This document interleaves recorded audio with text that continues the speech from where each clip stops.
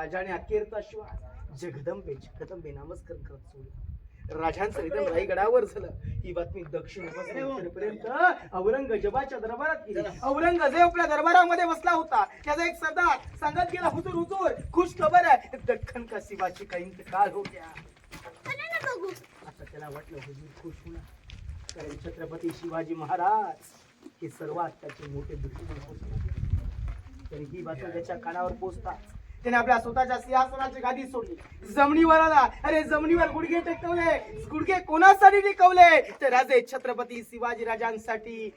आणि गुडघे टेकून तो काय म्हणतोय, ये खुदा, ये खुदा, अरे रहम कर, अरे खुदा रहम कर, तेरे जन्नत के दरवाजे खुले रखना, तेरा नेक बंदा तेरे पास आ रहा है.